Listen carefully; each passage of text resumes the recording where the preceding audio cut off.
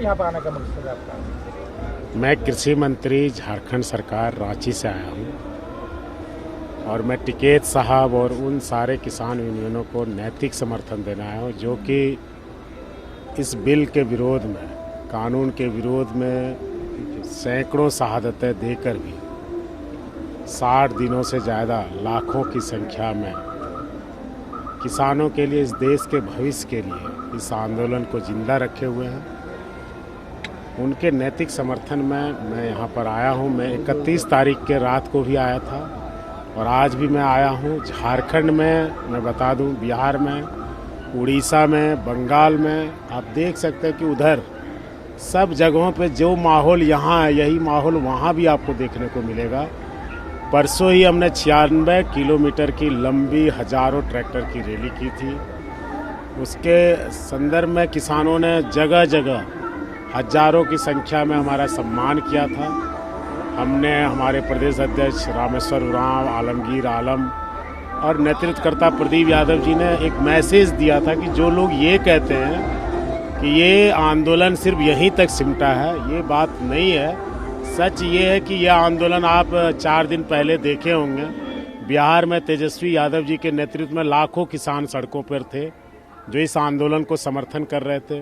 झारखंड में भी संथाल में गोड्डा करगिल चौक से लेकर रोहिणी शहीद स्थल तक हजारों किसान स्वतः निकल कर आए थे जो कि आप सबको समर्थन कर रहे थे। आज फिर हम यहाँ से जाएंगे। केंद्रीय नेतृत्व का, आरपीएन साहब का, राहुल गांधी जी के ऑफिस से वेणुगोपाल सर जी का निर्देश मिला कि सभी प्रमंडलों में जो किसान टकटकी लगाकर इस ओर देख रहे हैं, हमें वहाँ से भी अलग जगाना है। एक चिंगारी जो यहाँ से फूटी थी उसकी लपटें पूरी देश में हैं, आप जाके देखिए।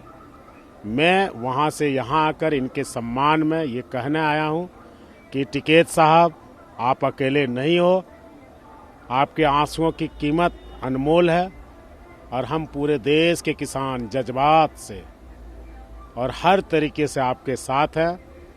आप हिम्मत नहीं हारना। पूरा देश आपकी ओर टकटकी भरी निगाहों से देख रहा है और जो शहादतें दी गई हैं देश के भविष्य के लिए, उसे हम बेकार नहीं जाने देंगे। उसके सम्मान में आखिरी दम तक जुटे रहेंगे। जिस तरह से यहाँ पर बाड़े लगाए गए हैं, इंसानों के साथ जानवर जैसा सलूक किया जा रहा है और ये मानवता का परिचायक नहीं है। यह कि सरकार जो कि इस तरह अड़ी हुई है, यह बहरी है, गूंगी है और पूरी तरह से देश को बेचने पर आमदा है। यह देश गांधी का है, यह देश अंबेडकर का है, यह देश नेहरू का है।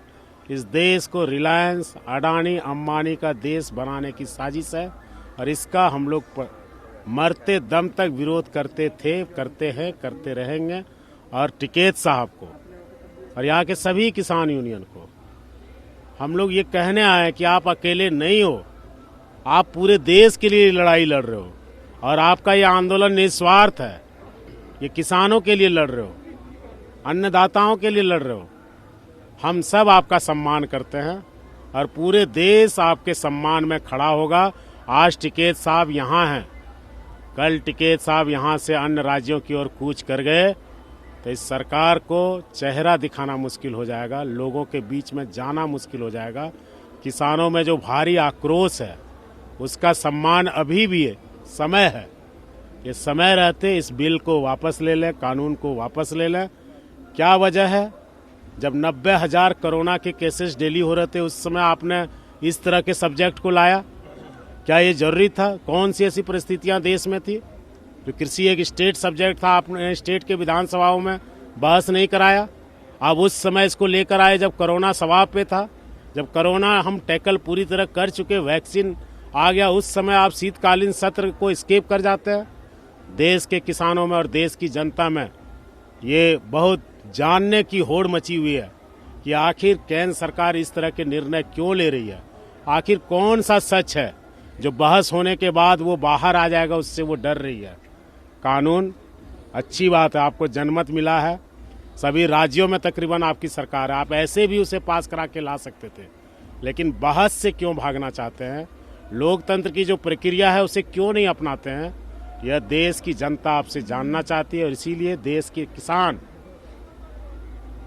पूरी तरह से सड़क पर हैं और अभी भी इस उम्मीद से बैठे हैं कि जो बीड़ा यहाँ टिकैत साहब और अन्य सभी यूनियनों ने उठाया है उसका वो सम्मान करेंगे, जनभावना का आदर करेंगे।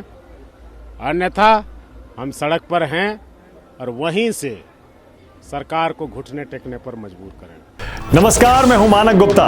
अगर आपको हमारा ये वीडियो पसंद आया हो तो इसे लाइक और शेयर जरूर करें और हाँ, हमें सब्सक्राइब और फॉलो करना ना भूलें ताकि आप देश और दुनिया की कोई खबर मिस ना करें। तो जुड़े रहिए हमारे साथ और देखते रहिए न्यूज़ 24।